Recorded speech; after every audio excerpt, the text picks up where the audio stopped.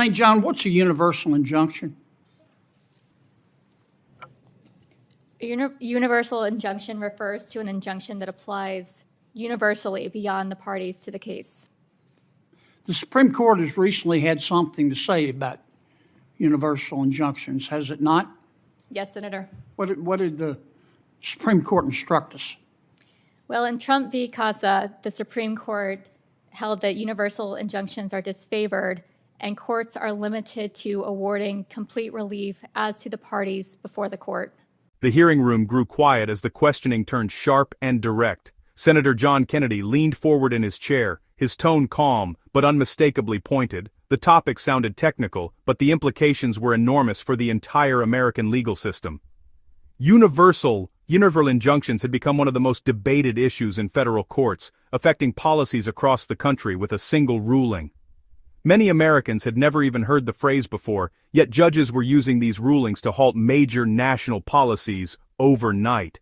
That was exactly why Senator Kennedy decided to ask the question that would cut straight to the core. In a moment that quickly grabbed attention, he asked the judicial nominee a simple but powerful question.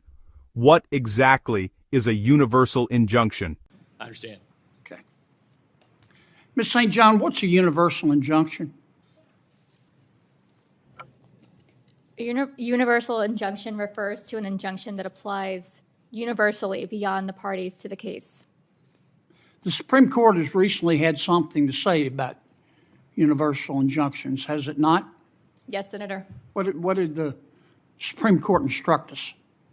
Well, in Trump v. Casa, the Supreme Court held that universal injunctions are disfavored and courts are limited to awarding complete relief as to the parties before the court. Did the Supreme Court talk about class actions in its opinions? No, Senator, not directly that I recall. Okay.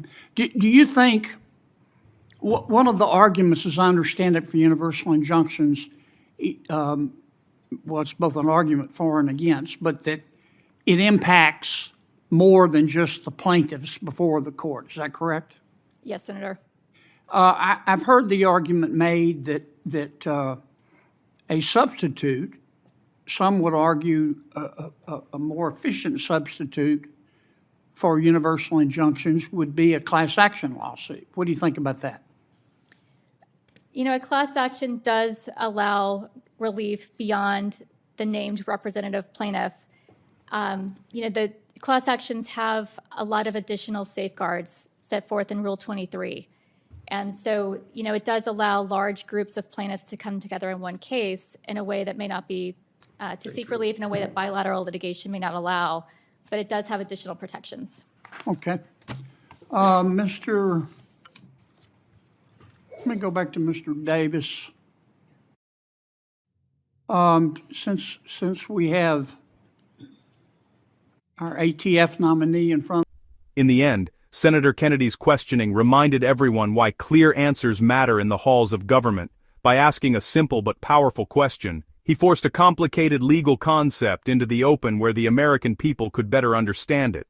His approach showed that lawmakers have a responsibility to challenge ideas that could expand judicial power beyond its intended limits. Kennedy emphasized that the courts should serve justice carefully and within the boundaries set by the Constitution.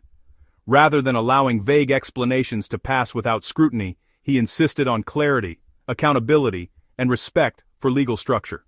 That determination reflects the role many believe senators should play, protecting the balance between branches of government.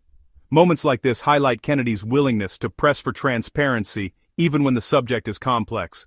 For supporters of his approach, the exchange proved that straightforward questions and firm oversight are essential for maintaining trust in the legal system.